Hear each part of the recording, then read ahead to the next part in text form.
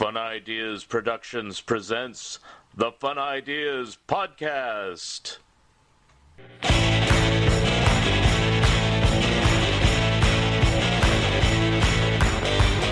We see the syphilitic shrinking obelisk, the white man's wilting dick. We see through dangling jowls of seedy game show trolls the smiling lie of the televised hive. The witches are watching with their thousand eyes. Witches are watching with their thousand eyes.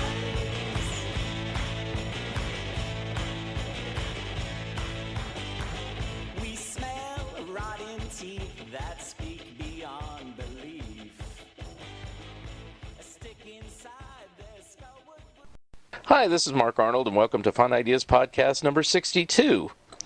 This episode is sponsored by the fine folks at Lee's Comics. Hi, I'm George Takei. You know me as Helmsman Sulu on Star Trek. When I'm not busy going Warp Factor 8, I like to beam down to Lee's Comics in Mountain View and spend a lazy afternoon reading comics classics from Marvel to DC, from Dark Horse to Fantagraphics, and everything in between. So please, spend some time here at Lee's Comics and spend your hard-earned cash.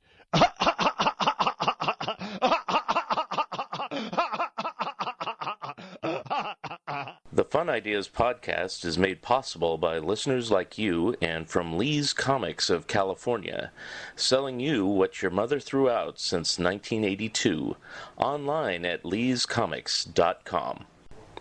Headquartered, the book on the monkey's solo career is just about done. My co-author Michael A. Ventrella will be attending Beetlefest and selling copies of it, and our previous Monkeys book there, taking advance orders if necessary. I'm still doing the final edits and image placement for the Total Television scrapbook. It looks really good, and I will be turning it in soon. I just got the assignment to do an article for Back Issue Magazine on Underdog, and I may have another article for them on Hee-Haw!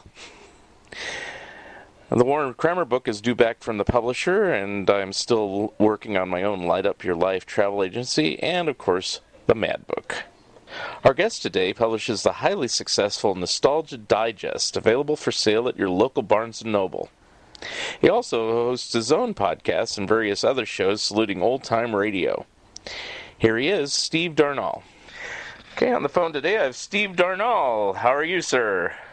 I'm great, Mark, and you?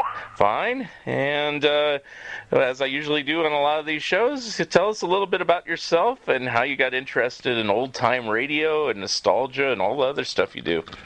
Oh, mercy. Well, to answer the first part of the question, I for the last decade, I've been the host of the radio show Those Were the Days here in the Chicago area on WDCB, and, of course, worldwide, thanks to the Internet, at WDCB.org. I've also, for good grief, 14-plus years, I've been the publisher and editor of Nostalgia Digest, which is the quarterly magazine about the golden age of entertainment. And of course, again, through the World Wide Web at nostalgiadigest.com, that's available everywhere. It's really been quite amazing to see how that's changed the world of something that used to be considered so insular and so regional. Yeah. And now we have subscribers in all across the country and 3 other continents as well. So I better check that. Yes, 3 other. Okay, that's fine. To answer the second part of your question, how I got into old-time radio, I was about 12 years old when I discovered Those Were the Days program. At the time, it was being hosted by Chuck Shaden, the man who founded the show back in 1970. And my father had turned me on to it just quite innocently, and when he turned it on, Chuck was playing Fibber McGee and Molly. And that, in a way, that was perfect, because it was sort of verbal and smart-alecky humor that I think the time a 12-year-old would probably have loved. I don't know if 12-year-olds today would feel that way or not. It was, and it was sort of like inexpensive time travel, because you were hearing all this stuff from 30 or 40 years earlier, which was quite fascinating, and you just sort of realized, oh my gosh, those people are laughing just like I'm laughing. How about that? And did you think when you were listening then, someday I will host this show, or was that like the furthest thing from your mind? I don't think it was. When I first heard it, no, the idea wasn't to host a show like that. But I will say that as I got more into this material and I started to collect recordings of these things, I loved the idea of being on the radio sharing these sounds. And I'm sure, being an overly imaginative 12-year-old, that there were probably times I would sit in the bedroom and imagine myself introducing Fibber, McGee, and Molly, or X-1. And then, I think of the time, though, it was probably no different than a 12-year-old who says, I'm going to play for the Chicago Bulls. Right. or I'm going to become the president of the United States, or whatever. That's the sort of things 12-year-olds can throw about with relative abandon. Right. But that said, I was very lucky in that when I was in high school here in the Midwest, we had a 10-watt radio station, and I was actually able to go on as a freshman with an old-time radio show. And let's just say it was a sobering experience in the sense that it taught me enthusiasm will only get you so far. So I was grateful for the opportunity, though, and yes, it was an absolutely unexpected delight for the chance to step in as host of Those Were the Days in 2009, and certainly not anything I'd ever anticipated doing. As I assumed the previous host, Chuck Shaden, would just carry on forever, but right. I don't think either of us, when he turned over his Nostalgia Digest magazine, I don't think either of us viewed it as any kind of a succession plan. But I'm really grateful that I had that experience, because it allowed us to know each other well enough to where he felt he could trust me with this thing that had been his baby for 4 decades, and I'm enormously grateful to him for that. Well, it's kind of interesting that you're able to carry on both, because it seems like, a massive undertaking to do both a radio show and a publication. I did a publication for a number of years, and it's like, wow. It's like I'm thinking, could I have done a radio show at the same time, too? Yeah, well, I've worked in publishing, and I don't know the publication to which you refer, but I do know, yes, having worked on monthly and bi-monthly deadlines, you're right. Those can take a lot out of you. Yeah. And then if you're writing or contributing on top of that, yeah. With the digest, we're kind of lucky in that it's a quarterly. So in the sense that you've got at least a little time to recover your breath before you start in on the next issue. Mm-hmm. Also, I used to work at a comic book publication in the 1990s, and like a lot of publications involving the arts or pop culture, you are beholden to schedules that sometimes are not within your control. Right. By comparison, as we say, most of the people we profile in Nostalgia Digest have nothing new to promote. Right. Or they're not even alive sometimes, I hate to say. Right, exactly. There's no new Danny Kaye project that makes this article time sensitive, I mean, yes, if you're writing about Idina Menzel or Paul McCartney, yes, their album drops on the 28th, and man, you got to have the article out in time for that. Right. With us, it's like, Orson Welles is Orson Welles, and you write about him when the mood strikes you, and nothing will have changed in the last 30 years. And in a way, that's kind of comforting. I mean, we'll still learn things about these people, and different writers have different perspectives. But yeah, it's been, it has been great fun. I always liken all these things to a job where you lay out baseball cards on the floor and make a team, and it's, having worked in publishing, and again, the parameters can vary from place to place, but every publication, I think, has it in their minds that the article that runs first is going to be different from the article that runs next and the article that runs after that. And, that's an age-old goal for all publications, I think. And we're lucky in that nostalgia is a pretty broad umbrella. Yeah. So, we can have articles about Lucille Ball and Desi Arnaz or Hedy Lamarr. At the same time, you can have an article about some famous radio show or some obscure radio show or some filmmaker whose films we know even if we don't know the filmmaker, or just a personal recollection, from somebody who remembers how it used to be living in the United States, 50 or 60 or 70 years ago. Mm-hmm. Now, how do you determine what people you'll profile or what radio shows you'll profile? Is it just like drawing it out of the hat, or you just go, oh, we haven't done Lucy and Desi for a while, or what? Well, yeah, it's a combination of things. We are fortunate that we hear from writers who often will come to us and say, hey, I've got an article about such and such I'd love to write. Do you want it? And if the answer is yes and they send it in, we just think, all right, let's find a place for that. Some people love to write about the niche performers, the character actors, or those people who might be forgotten by 21st century audiences. And sometimes, yes, you have to be judicious and think, well, okay, I'm not sure 21st century audiences will get this, but we'll see. In terms of putting an issue together, we like I say, we go with the articles we have. We look at, what would make a good starting point. In a way, I suppose it's sort of like preparing a banquet, in that you may have that centerpiece dish, that one thing this is going on the table, this is going to be the main course. What goes with that? Right.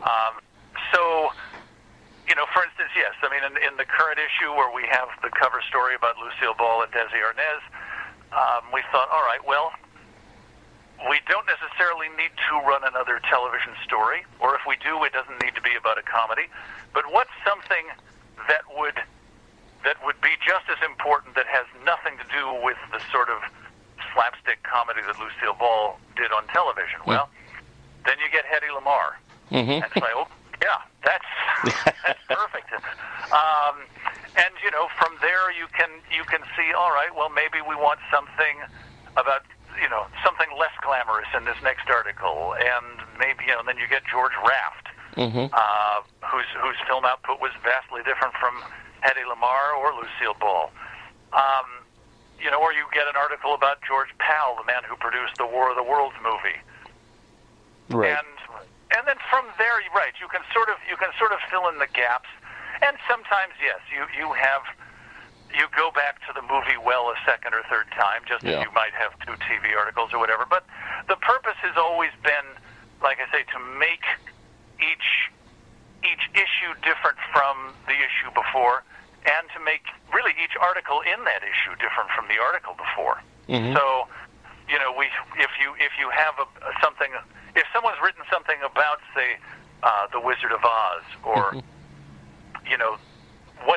you want to find something that's really completely different from that, and you put that in there. And sometimes that's easier than other times, but it's always been a goal of ours. And I've always maintained that,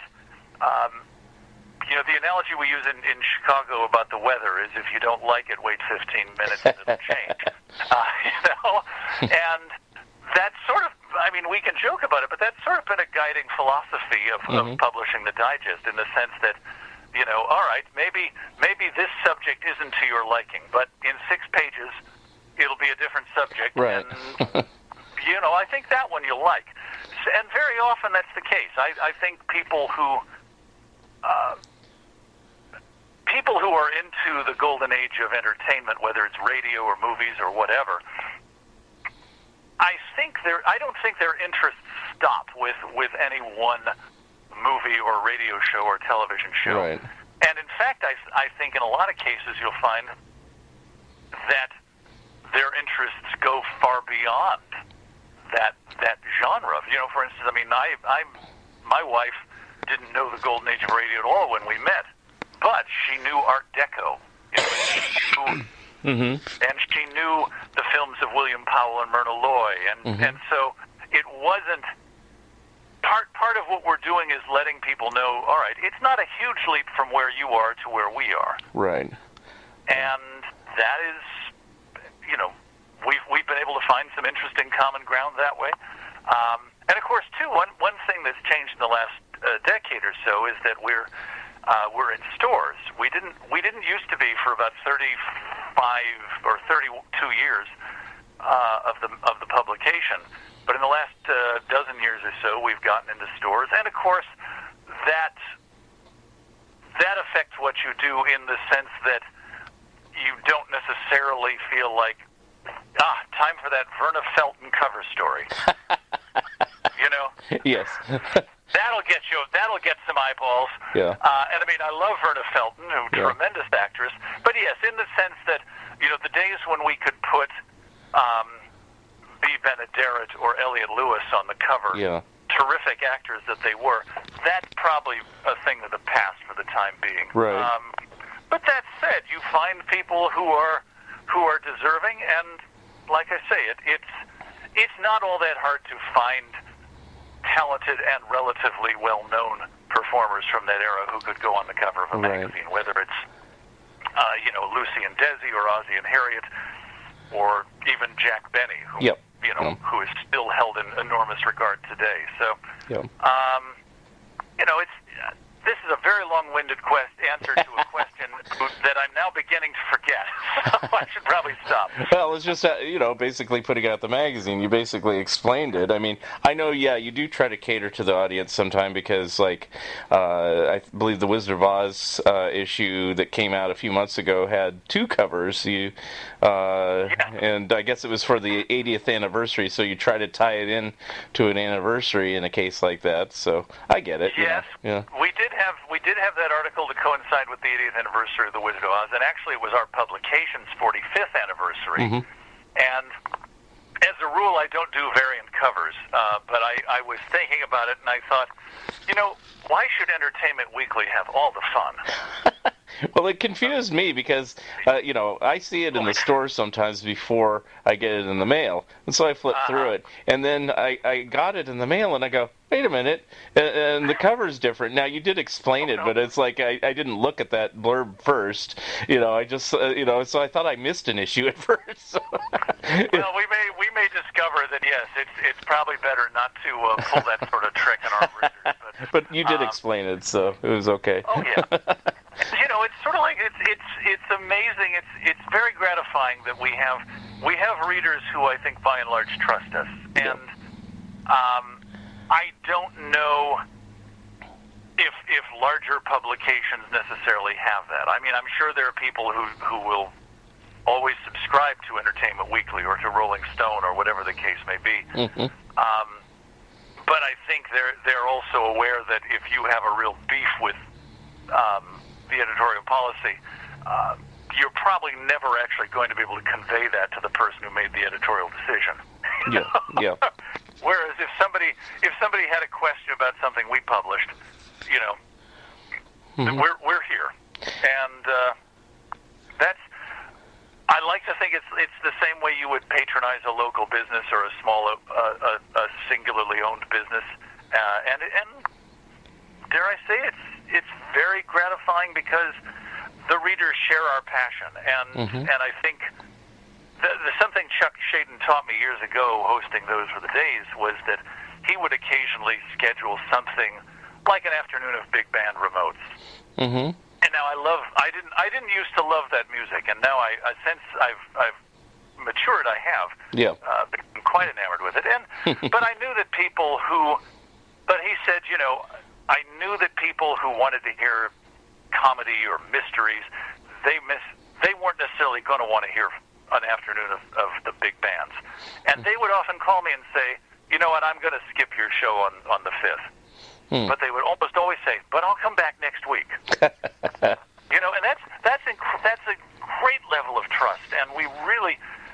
That's something Chuck cultivated over the years, and I think, yes, people understand that, we may do something that doesn't reach you at that particular moment in whatever mood you're in, but, there are times you realize you're also doing it for the greater good of nostalgia. We did, on our radio show this year, we devoted 3 Saturdays to the 75th anniversary of D-Day.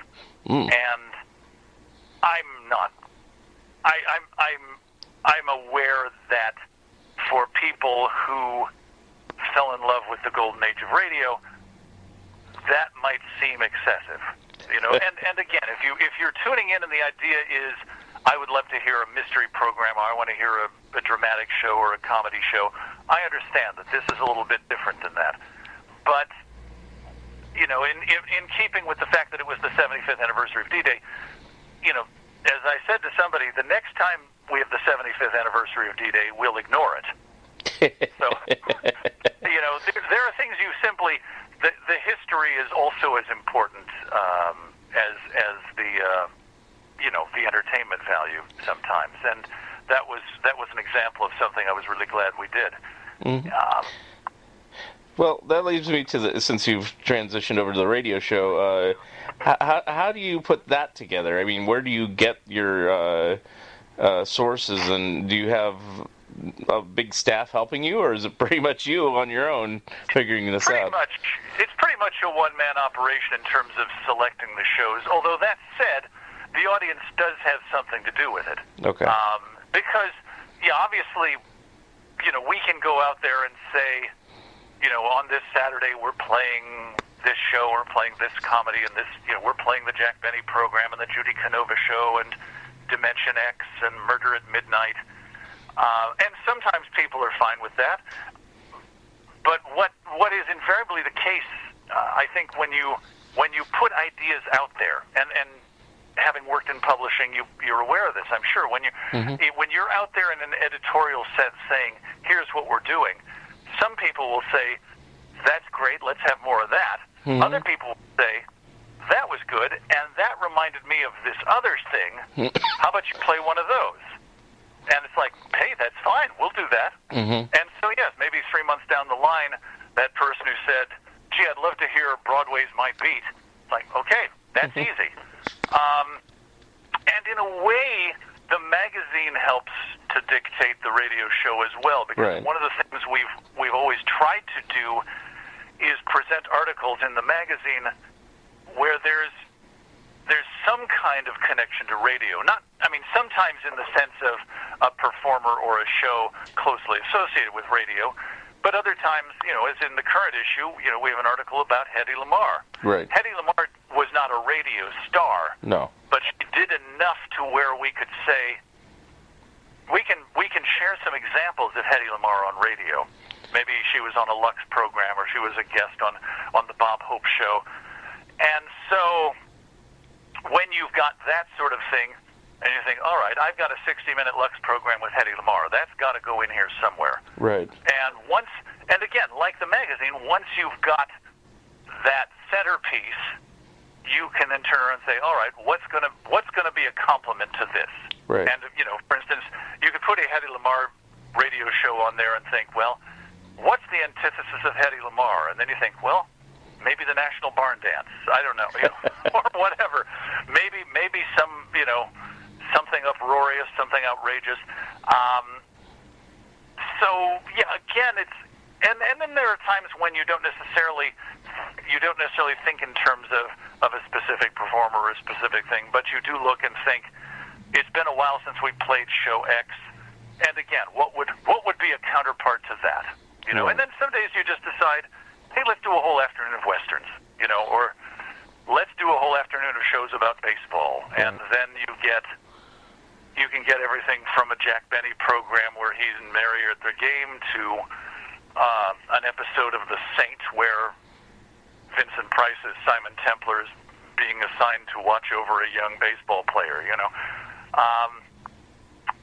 So there are a lot of things there. The audience does help us in the sense of, they'll often come up with some idea, not necessarily in terms of we don't necessarily go to them and say, hey, why don't you help us shape the program? but they will certainly come to us and say, what about this? What about that? What about an afternoon of shows about people playing cards? And then you find out, oh my goodness, there's actually a whole lot of them. That's great. And so yes, and in turn, like anything else, you can come to them and say, hey, we've put together a whole show of programs involving cards and people playing games of cards. And Ozzie Nelson doing card tricks on the Adventures of Ozzie and Harriet. And then somebody may say, that wasn't, I liked that, but what about this? And you go from there. So, you keep your ears open to a whole lot of things, and then you hopefully put things together in a way that will keep people entertained. And like I say, you can never predict what's going to do it, but I think in turn we've cultivated the trust in our audience to where they'll say, that didn't do it for me, but we'll come back next week and that'll do it for me. Now, when you're compiling things, do you have access to every existing old-time radio show, or do you sometimes have to kind of shop around and see if you can find it or something like that, if you know about it? How does that work? Yeah, I mean, I certainly, the internet, of course, has changed our whole perspective in terms of collecting shows.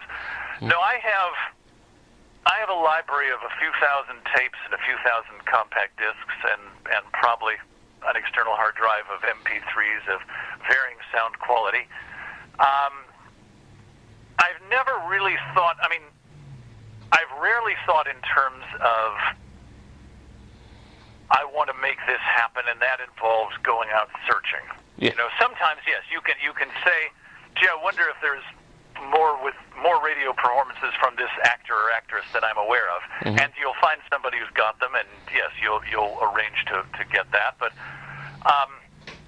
just as often, and again, it's sort of like putting the magazine together. You look at what you have, and from there, you determine, well, can this go into a show? Is it of the appropriate sound quality? And if it is, where do we find a place for it? So. Chuck collected tens of thousands of hours worth of shows during his time as host of Those Were the Days, and I became a collector of these things long before I had any notion that I was going to be presenting them to an audience. So, in that sense, right, we've got a good number of different shows, and so yes, sometimes it's a case of being satisfied with what you have.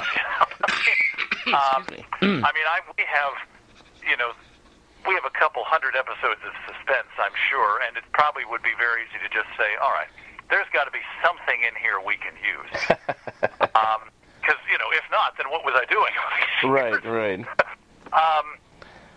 And so, yeah, sometimes I've never tried to make a promise to an audience that I wasn't sure I could keep, whether that was in terms of putting the magazine together or in terms of putting the show together.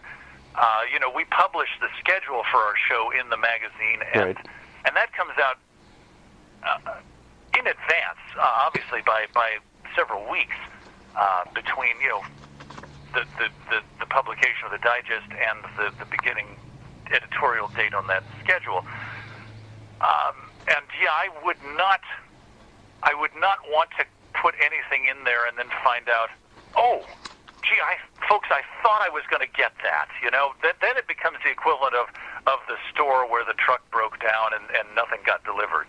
And all you end up with are unhappy customers. Right. I know years ago Chuck would occasionally preempt a show in the event of some famous performer's passing. Oh, okay.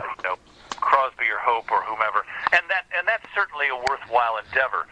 But he also found that it also aggravated some people who thought, oh, gee, I thought you were playing a Burns and Allen show this day, and I was really looking forward to that. Yeah. So, I think people hopefully understand that this is planned out relatively far in advance, and sometimes the fates are aligned to where you can do something timely. Other times they're not. but we'll get to everybody and everything in due time. That's the plan, anyway. Now, I've heard or know about or read or whatever that you have a podcast as well for this. How does that differ from Those Were the Days? I have not heard it yet, to be honest. Oh, the Nostalgia Digest podcast. Yeah. Yes. Well, this years ago when I took over the show, people were asking if we were going to do a podcast, and I had thought about it, and I realized, at the time I was doing two shows. I was doing Those Were the Days, and I was also doing an internet radio show. And I thought, I knew people who had done podcasts where basically they say, "This is my podcast," and they hit the play button on a tape. or you know what I mean, in the sense of, That's me. "This is my mystery podcast. Here's sorry, wrong number." And I didn't want it to be just a case of we repackaged a show we did, and now it's miraculously a podcast. Yeah. So I thought about it, and I realized what we ended up doing with the Nostalgia Digest podcast was more or less the audio equivalent of an article as it might appear in our magazine. Okay. We've relied on topics that and performers that we've covered in the magazine, and then very often we've done what I guess you would, not exactly documentaries, but in the sense that, yes, it allows us to focus on a given performer or a given show, and we can talk about, the various people, for instance, on radio who played Sam Spade. We can talk about the career of an Elliot Lewis or a B. Benaderet, and then along the way we'll share some clips of them in different shows. Here's Elliot Lewis in the Cinnamon Bear. Here's Elliot Lewis on the Phil Harris Alice Faye show. Here he is with his wife on the On Stage program. And then sometimes we're lucky to get to interview folks who have a connection to that time. Sometimes people who were of that era, like Bob Elliott from Bob and Ray, but also people who have, a family connection or a historian's connection. We got to interview Bob Elliott's granddaughter, Bridie. And, of course, she had marvelous stories about her grandfather's home and learning as an adult what he'd accomplished as a humorist with Ray Goulding. But we also got to interview Leonard Maltin, who of course, is a film historian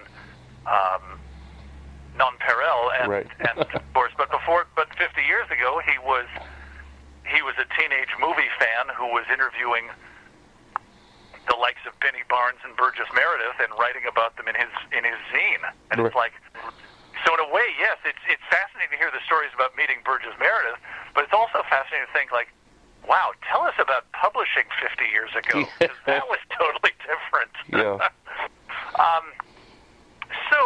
We've done. We've just finished our 8th year of the podcast, and we always keep a year's worth up at our website and a year's worth up at iTunes, and then when a given year is over, we'll make that available on a CD, basically 12 MP3 files. And yes, I know one of the things that has always stuck in my craw concerning the MP3 revolution is that very often, and I can't say this is universally the case. I have not that much experience at it, but I have noticed that sometimes people will say, they'll hawk a disc, a CD of 200 Dragnet shows. Right. And first of all, that's a lot. Yeah. That is literally 100 hours of nothing but Dragnet. But also, given what's involved in compressing those files to fit 200 shows onto a disc, something's going to suffer as a result. And I didn't want the podcast to be a case of what's the most we can cram in here, regardless of sound quality. Sometimes you can't pick and choose the sound quality of these recordings, but we've always tried to make it something that would sound good and hopefully be informative as well, whether it was a conversation with someone from the golden age of radio or television, or a chance for us to talk about, the career of, Arch Oboler or Bing Crosby or Edgar Bergen or Groucho Marx or whomever, because all those people had fascinating careers in radio. And, if we can take you through a little bit of that at least, then, mission accomplished. Now, some of the interviews, do they do double duty on both shows? Those were the days. Like, I remember hearing Carl Reiner one that was pretty fascinating about his boyhood times listening to the radio and stuff like that. And would you also use that on the podcast as well? Generally, I try to avoid double dipping in that sense. Just because I figure, the shows, are there, and also because if you heard the radio show, then you heard the conversation, and then the podcast would risk being redundant. Okay. That said, I did it once this fall because back in 2010, I had interviewed Marcia Hunt, the actress, and she was just an absolute delight. My wife and I sat with her for almost an hour and a half just talking about her career in radio and in movies and on television. And then this last year, a documentary about Marcia had been released, and I thought, well, I actually allowed myself to make a podcast out of the interview we did with her in 2010, because at this point, Marcia's 102 years old. Right. And I wasn't about to go to her and say, let's do an interview Let's promoting do it again. Yeah, let me ask you the same questions I asked you 9 years ago, but, we're all older now. Right. So I took some moments of that I thought would be appropriate, and again, but even there, we dropped in a few clips of things to which she referred. She talked about her first radio appearance on the Lux Radio Theater, where she was credited as Georgina Spelvin. And so we featured a clip from that. And then she talked about playing Blanche Bickerson opposite Don Amici, and we featured a clip of that. So we always try to include some sounds from the past when we're talking with people in the present. But no, I've sort of kept the show and the podcast separate from one another. I know a lot of radio shows will do podcasts based on their radio shows, and I've appeared on people's shows, and I've always had a marvelous time. And then, of course, you'll talk on the radio for 30 minutes, and then the station's website puts it up as a podcast. That didn't really interest me. Like I say, I just figured that was its own thing, and I'm very happy that there's all kinds of different ways to do one's own thing. Okay. Well, I mean, it's good for me to know because, I've listened to the radio show, I've read the magazine, and I go, well, is the podcast anything different? And I could have investigated it, but I figured I'm talking to you, I'll ask you. You have investigated, you've called me, yes. No, it's true, and you sort of, and I realized, like I say, a lot of shows are quite happy to do podcasts, which basically take each segment of their broadcast and slice it up, and that's fine. And audiences, I think, appreciate that on occasion too, where you can go back and say, all right, this guy was on his show last week at 11 p.m. and I wasn't awake, but here it is. And that's fine. There's nothing wrong with that. But I just knew that wasn't going to satisfy me, and I didn't think it was necessarily going to be as indicative of what Nostalgia Digest does, for example, as a Nostalgia Digest podcast, which again, every month we like to do something a little bit different, so you can have an article. You can do a podcast about the Quiz Kids one month, and about Jimmy Durante the next month, right, and about Jack Webb one month, and about the Lone Ranger the next, or Studs Terkel, and that's been part of the marvelous thing here, is that I've always wanted to sort of let people know that the digest, like the radio show, was dedicated to all kinds of subjects that would fall under this umbrella of nostalgia. And the podcast has sort of allowed me to act on that in terms of letting people know, hey, here's a podcast about somebody who was on the cover of this issue that came out 3 years ago, and if you missed it, well, don't despair, because Right. we're going to talk about that person. Mm-hmm. So yeah, it's all of a piece in that respect. Right. Now, when Chuck ran the show and published the magazine, did he do it similarly to you, or did you totally revamp it when he took over? Oh no, I think the approach was very similar. Okay. I didn't have any real invention or desire to reinvent the wheel, and I always took the attitude that there were enough magazines catering to the interests of baby boomers. Mm-hmm. So, Chuck had the same, I don't know if it's the exact identical mixture of past and present stuff, but certainly the goal was the same, to cover a broad swath Right, of okay. Arrow through its movies, through its television shows, through its radio shows, through its celebrities, its stars. And yeah, that was the approach I took as well. Obviously, Chuck and I are several years apart, so our perspective on these things is going to be different. Right. And, I was just thinking the overall look, that it's a digest size with color, or did he have it? Because I only see little photographic reproductions of what old issues look like. Was it always done the same way as a color digest, or is it just a mimeograph or something? I think the first color cover, that is to say, the first cover with color. I don't want to give people the wrong impression about what we've got here. A black and white image on a color background, I think, began around 1982. Oh, okay. It's still a while ago, though.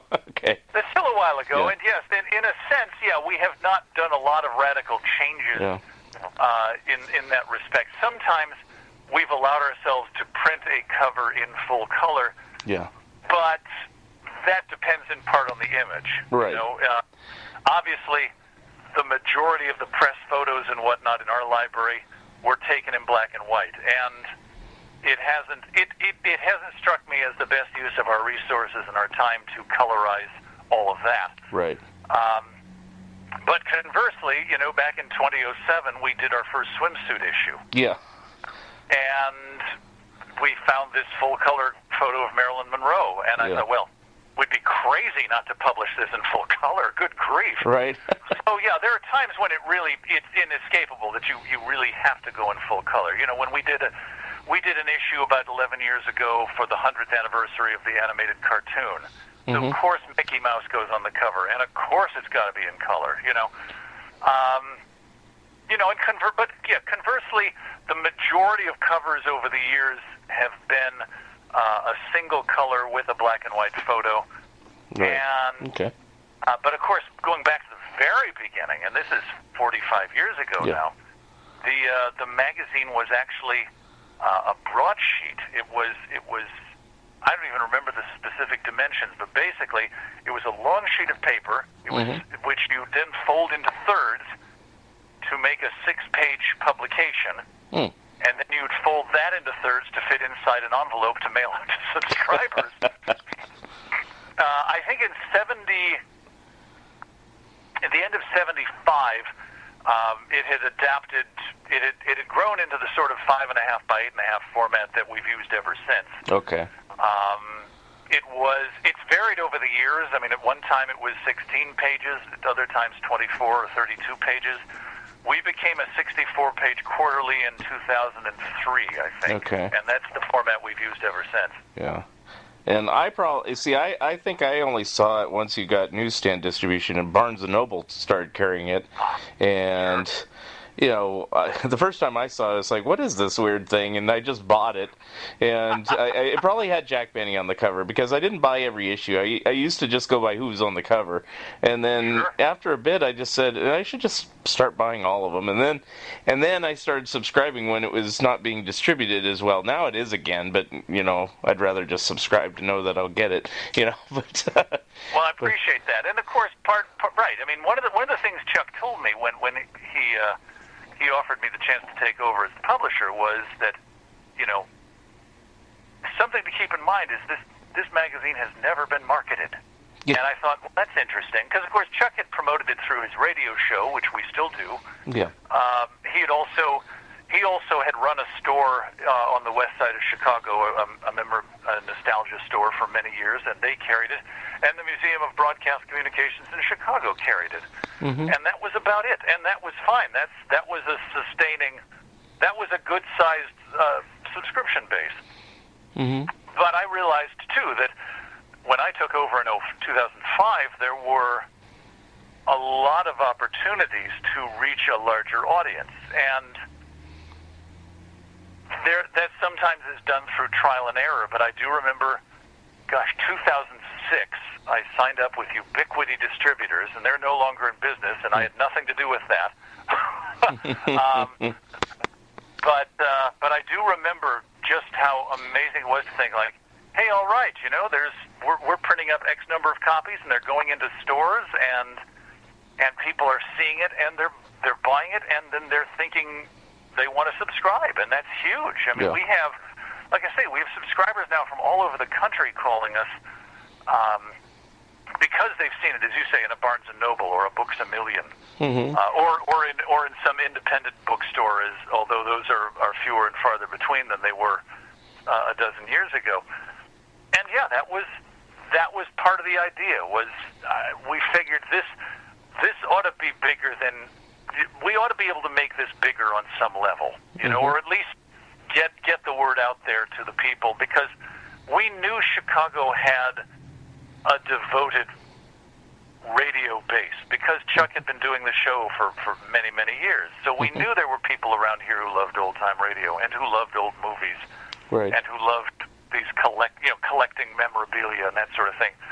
And it's been incredibly gratifying to hear from people around the country, and in some cases,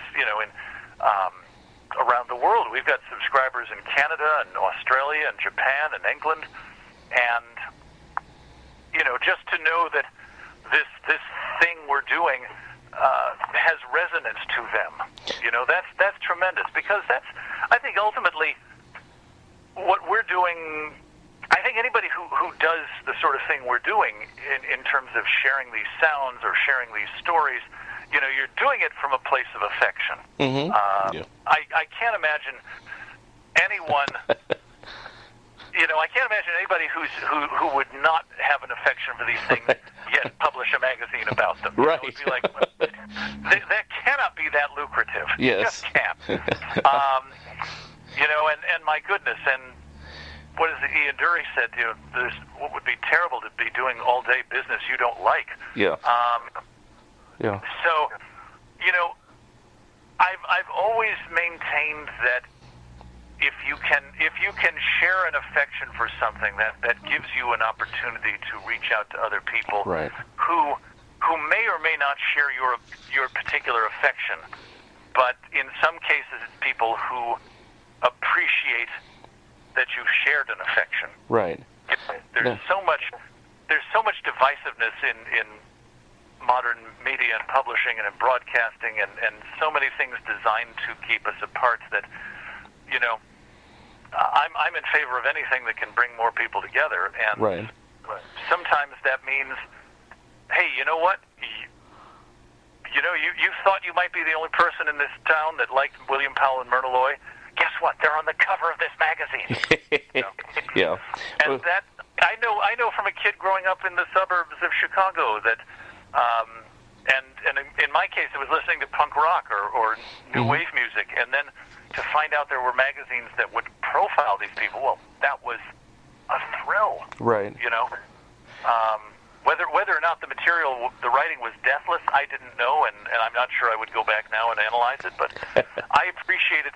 But I understand what it means to have that thing that you aren't 100% sure anyone else is into, and then find a publication that's devoted to it. Right. I am always happy for the chance to spread some of that magic around if I can. Right. Now, you asked me earlier in the show, what did I publish?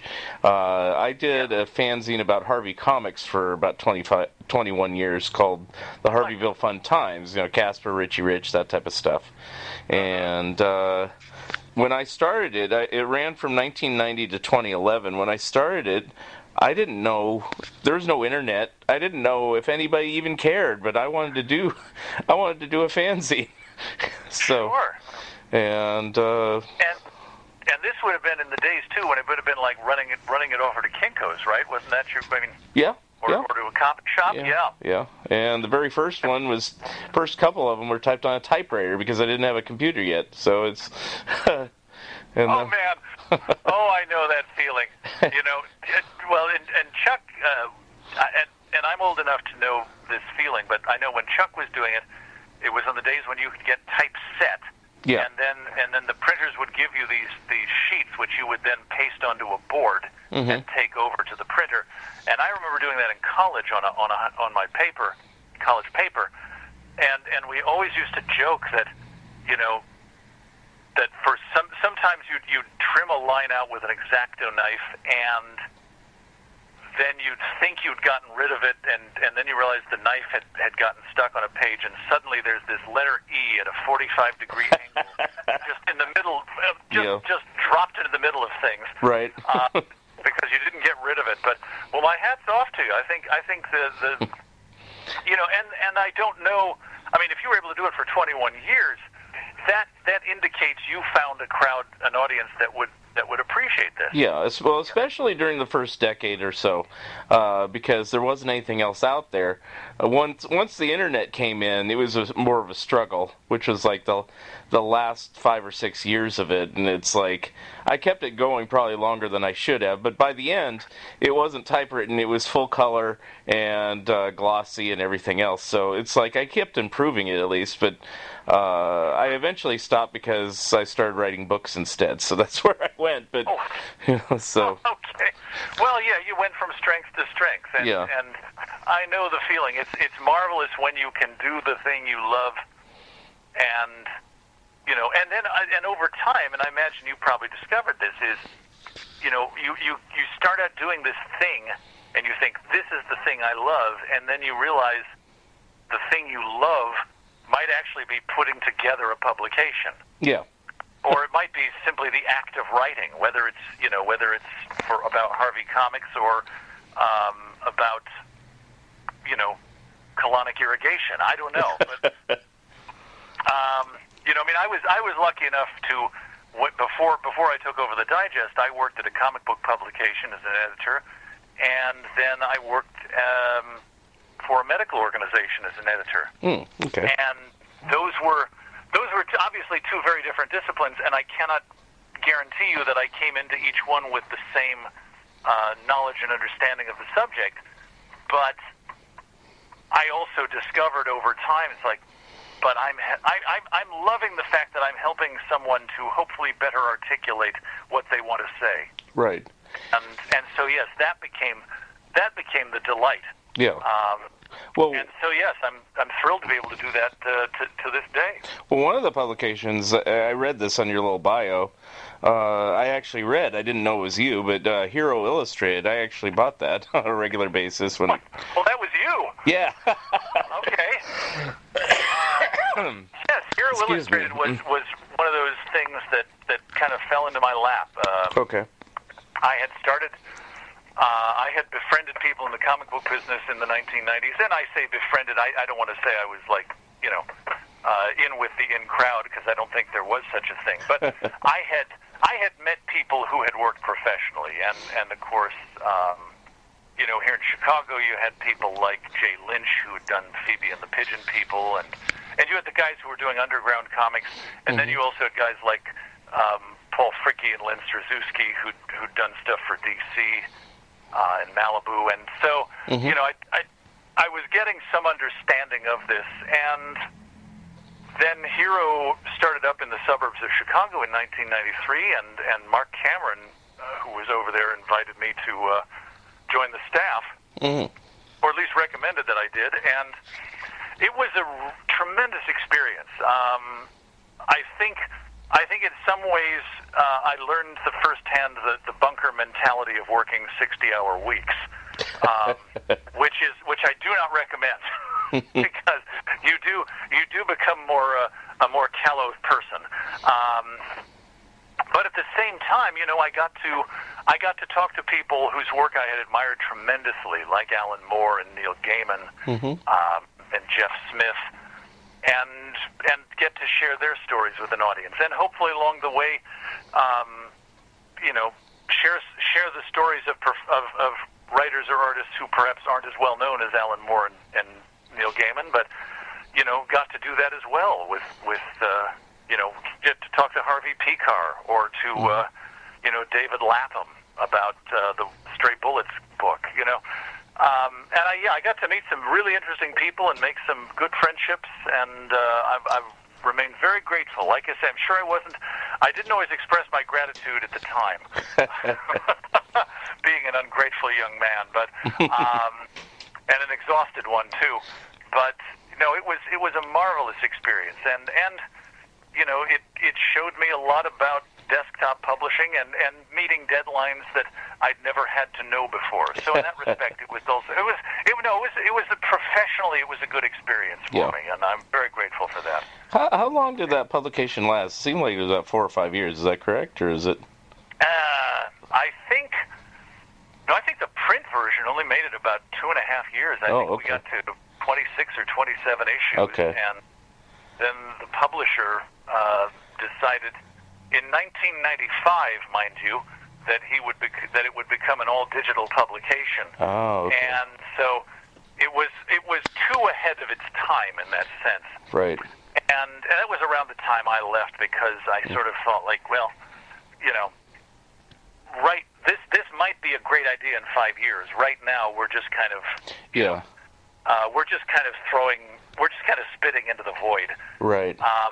But again, like I say, I was very grateful for the fact that I got to write about people and books that interested me.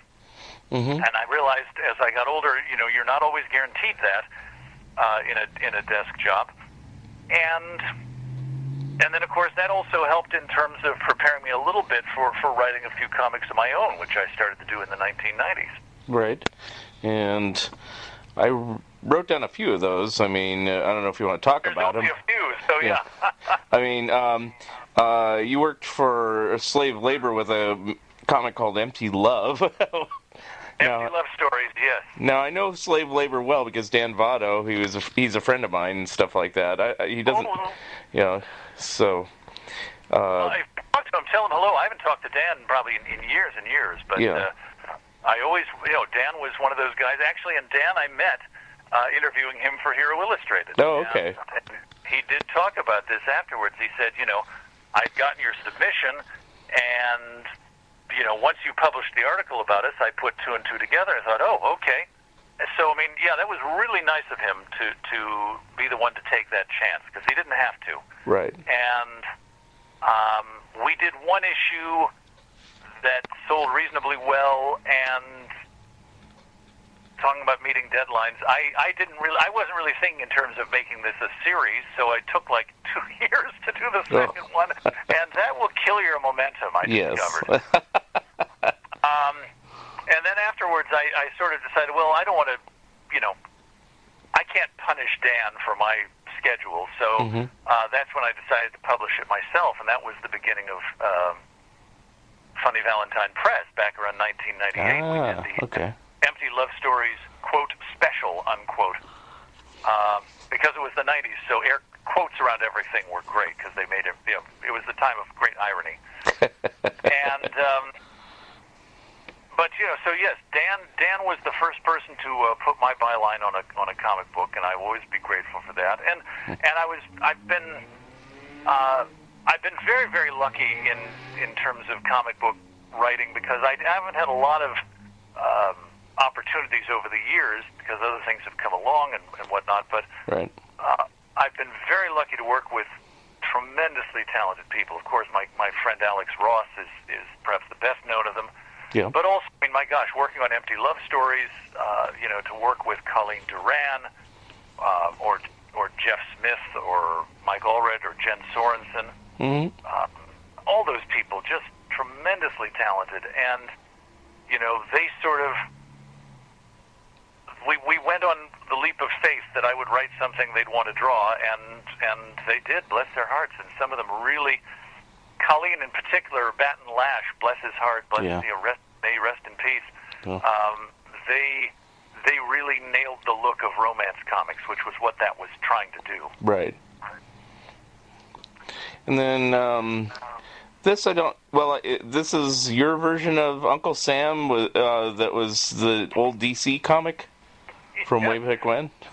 Yes, this okay. was. Okay. Well, yeah, we did it for DC's mature readers line, Vertigo. Oh, okay. Okay. Alex Ross and myself, and yeah, we didn't really think of it in terms. At the time, I know the 1990s, a lot of people at the Vertigo line were doing quote adult versions of Golden Age characters. I think Grant Morrison had done some Kid Eternity series, which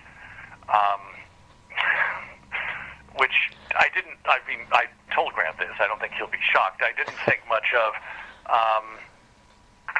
and that was fine. But there was a lot of that going around, and so when Alex and I had been talking about doing Uncle Sam, it seemed to make the most sense that it would be part of the Vertigo line.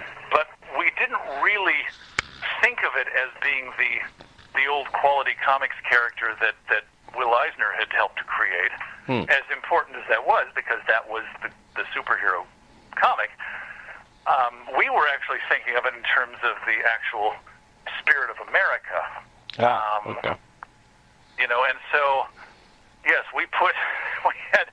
It was a fascinating project because we were drawing from specific instances of United States history, and certainly some that were not especially savory.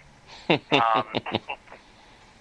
that was important, and of course, we wanted it to be a hero's journey, as the saying goes, and we wanted to reflect the affection we had for this country, and also for the grand experiment that allowed this country to form. I think I don't want to get too I don't want to editorialize too much here, because that's not what you were asking about. But I think the analogy we used is, you can love people and also acknowledge that they're flawed. Right. Yeah. And you can love a country and also acknowledge that it's flawed. Yes. And that's what we set out to do. Whether we were entirely successful or not is not up to us to decide. But it was a remarkable experience, and in fact, Alex and I are working together again on a project that will be coming out from Marvel I think in the spring of 2020. Yeah, I was going to ask you about that, but you can talk about it now since you mentioned it. Sure. Yes, I realize I'm not 100% sure how much I'm allowed to say, but the long and short was that Alex had been working with Kurt Busiek, of course, which he's done many times over the years, and they had plotted a story and for this anthology that Alex was putting together, and basically invited me to write the dialogue for that.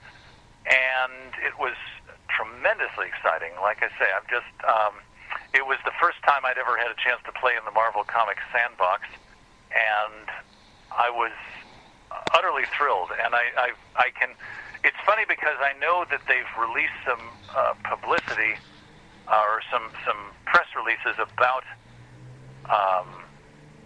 this book coming out, and apparently my name was the only name mentioned in terms of the writers. and I thought, and I know some of the other writers who are involved, and I thought, folks, believe me, I am not a big name here. But I know that I think Dan Brereton is involved, and Kurt will be involved, and yes, I had the chance to write the framing story that's going to lead into the other stories anthology, and it was a great experience. And working with Alex is always a delight because he's utterly brilliant, and of course he's a tremendous artist. Right. But he's also a really good collaborator. Right. In the sense that he will come in and say, he has 9 ideas and he'd love to see them all implemented. But if he comes to you with an idea and you say, what if we take that and go this way with it? He will listen to you. Yeah. You know, he doesn't have his head stuck in the sand. He's not unafraid to do this, to take his idea and watch it evolve into something that makes it a better working experience for everybody. Because I mean, he has great respect for storytelling, and at the end of the day, any discussions we've had have all been with the purpose of what will tell the best story. Right. And if he says, and if it's a case of me saying, why don't we change this panel, or if it's him saying, why don't we change this dialogue, you know, no one's coming to that from a place of ego, and that's a really nice feeling to have, and I've always been grateful for that chance to experience that with him. Right. Yeah, I've met him a few times because he did a few signings at my friend, I don't know if you know Lee's Comics, Sure. but he did some signings for those oversized DC books, the Batman and the Shazam one, and the Superman one. They wrote with, or he drew with Paul Dini, you know, and so yeah, I got all those autographed and everything, and I thought he was a delight to meet and everything. So, I'm so glad, yeah. So, is this new? Well, he's another guy. I mean, he's another guy who talk about, you know, you're coming to this from a place of affection. Right. You know, and certainly the world of comic books has, in its history, has had plenty of people who, for whatever reason, have decided to hack out the work. Right. He never has. I mean, Yeah. he's an amazingly prolific artist, but you know, I don't think he's ever done anything that wasn't going to engage him on some level, and I think that's something that readers obviously have sensed. You know, that's clearly why he's been as successful as he has. Mm-hmm. Now, what is the name of the new series? Is it just called Marvel or something else? It's my understanding it's just called Marvel. Yeah. Okay. Is this like a continuation of that one called Marvels, plural, that was a few years ago, or? No, Okay, actually, okay.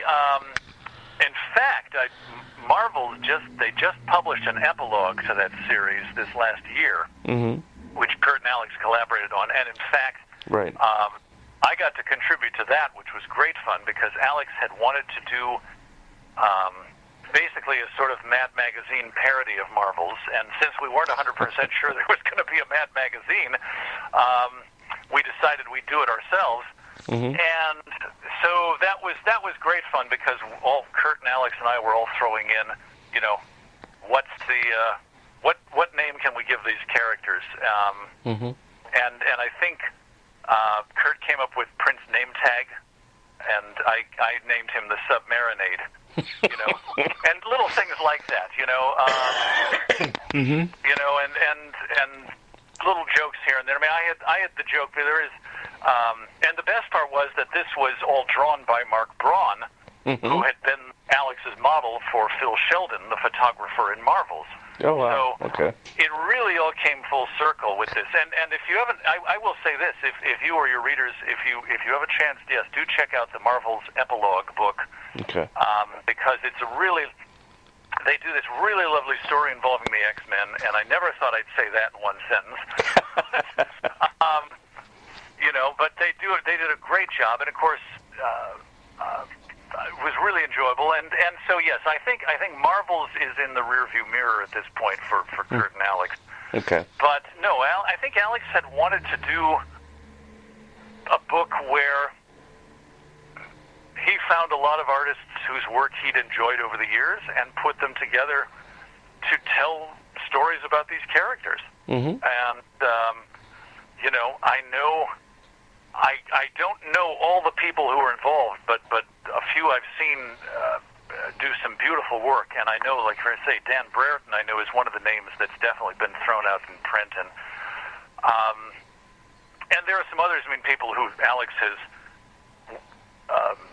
admired for many years, and I'm sure it's a great feeling to know that they're all going to be coming together. And I can say this, yes, some of the collaborations are pretty. The few I've seen have been really dazzling, and so I'm very much looking forward to it. And like I say, I hope Marvel's fans will enjoy it as much as I have. But yeah, Marvel, to answer your question, it's a standalone anthology, and then my own contribution is writing the story that ends up being the sort of the framing device that segues into the stories in the anthology. Okay. All right. So, and when is that expected to come out? I mean, I think the first issue is due in March of 2020. Okay. And then it's going to be 6 issues, so all things being equal, it'll run through the summer. Cool. All right. Well, we'll look forward to that. I guess it's kind of that time of the show where we kind of wrap things up. Okay. Is there anything you'd like to plug, or websites, or how do people get in contact with you, or anything else you want to say? Absolutely. Well, I appreciate that. Thank you, Mark. Yes, NostalgiaDigest.com is where you'll find the Nostalgia Digest magazine, where you can buy subscriptions and back issues. It's where you can find the Nostalgia Digest podcast, both the downloadable MP3s and the CD collections. And it's where you can learn about tickets to Those Were the Days' 50th anniversary show, which is happening in May of 2020 here in Chicago. And I am really excited about this because we're going to be recreating some moments from the golden age of radio with some wonderful people and some very good friends of ours. A couple of the guys from Mystery Science Theater 3000 will be there, Trace Beaulieu and Kevin Murphy. Scott Lowell, who was on the Showtime version of Queer as Folk. Tim Kazurinsky, who was on Saturday Night Live, and I think he's in the Police Academy movies. Yep. And Patty McCormick, who was the bad seed. Yes. And then more recently, she's been in Frost Nixon. Oh, yeah. And The Master, and she was on The Ropers. I remember that. Oh my God, was she really? Yes. Oh, I didn't know. Oh, I'll have to ask her about that. She was married to Jeffrey Tambor, the neighbor. And how this about is, that? If you didn't know this, this is pre-Larry Sanders Show, pre-Arrested Development for Jeffrey. It's like the first thing he ever did, I think. Wow, and of course, Patty would have still been, right, a young woman. Yeah, I think she was in her late 20s or something, maybe early 30s tops. Like that. And so, yes, and of course, and she's in The Sopranos, too, and I got to see some of that, and she's just terrific. So I was just delighted that all these folks were willing to come in and do this. It's a benefit for our public radio home of WDCB. So, yes, that you can find out more about it at NostalgiaDigest.com, all of those things, and hopefully you'll like what you see. Okay, sounds good. And how do you get Those Were the Days? How do you tune into that? Oh, well, you can do it live Saturdays. If you're in the Chicago area, of course, we're on the radio at 90.9 FM. If you're anywhere else in the world, you want to hear us on the Saturday, you can do so at WDCB.org. But I'm glad you mentioned that, because the other nice thing about NostalgiaDigest.com is that we archive each of our shows for 2 weeks afterwards, so that, for instance, you can go there right now and hear the show we did last Saturday. And that's one of those things, again, the internet's changed the way we think of radio, and even the way we think of the golden age of radio, because now it's being preserved in so many different ways, and being made available in so many different ways that simply weren't possible when I was a 12-year-old listening to Chuck Schaden. So it's all tremendous. But yes, I'd say WDCB.org will get you there on a Saturday afternoon. The rest of the week, by all means, visit NostalgiaDigest.com. And is that where you'll find the podcast as well? That's where you'll find the podcast, yeah. Okay. And the podcast, the magazine, the radio shows of weeks past, and of course, old-time radio shows on compact disc as well. Cool. Because we're very much about embracing 20th century technology here in the 21st century. All right, thank you very much. It was a pleasure talking with you, Steve, about all these things. I didn't know you did so many different things, but you're kind of like me, a man of many talents, many hats. This jack of all trades, master of some, I hope. But Mark, thank you so much for your interest. I really appreciate it, and congratulations on all you've done. Good luck with it. All right, thank you very much, and we'll talk soon, and I'll let you know when I upload this podcast. Marvelous. Yes, please do. I'll look forward, and I'll spread the word to my community as well. All right, sounds good. Have a good day. Thank you, sir. Thanks. You Bye. Thank you for listening, and thank you, Steve Darnall, for being my special guest. Episode number 63 will be coming soon. If you would like to comment and or be a guest on this podcast, please drop me a line at funideas.mark@gmail.com.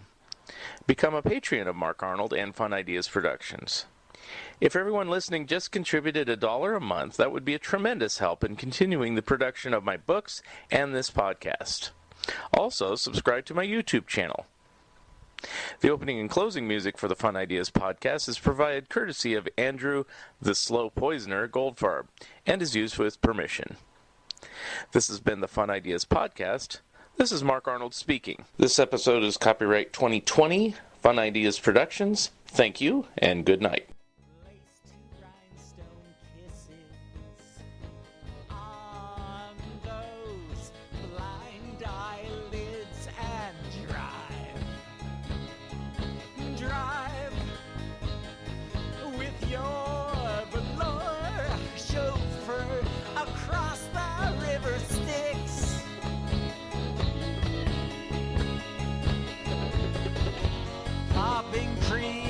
Pills in the pink electric church. The final flicker of your lewd jeweled boob to